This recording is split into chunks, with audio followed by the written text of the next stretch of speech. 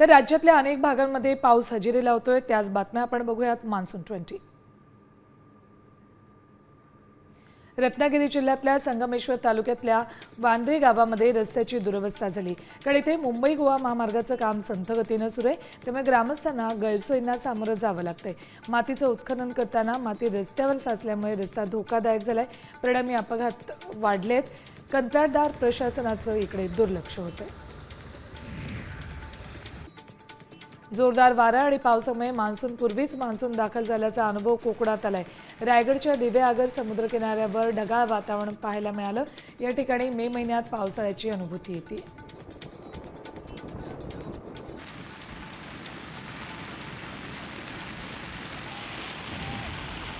तर अंबरनाथ शहरावर धुक्याची चादर पसरली आहे।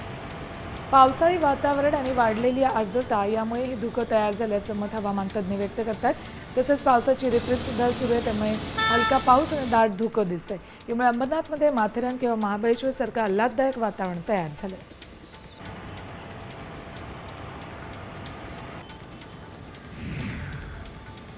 नाशिकच्या येवला शहर आणि परिसरात जोरदार वाऱ्यासह पावसानं हजेरी लावली।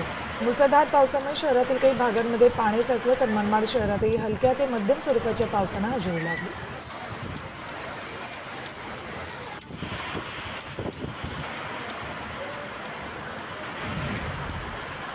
माळशिरस तालुक्यात दमदार पाऊस झाला। या पावसामुळे ओढे नाले ओसंडून वाहू लागलेत। माळशिरस तालुक्यातील पश्चिम भागात जोरदार पाऊस झालाय।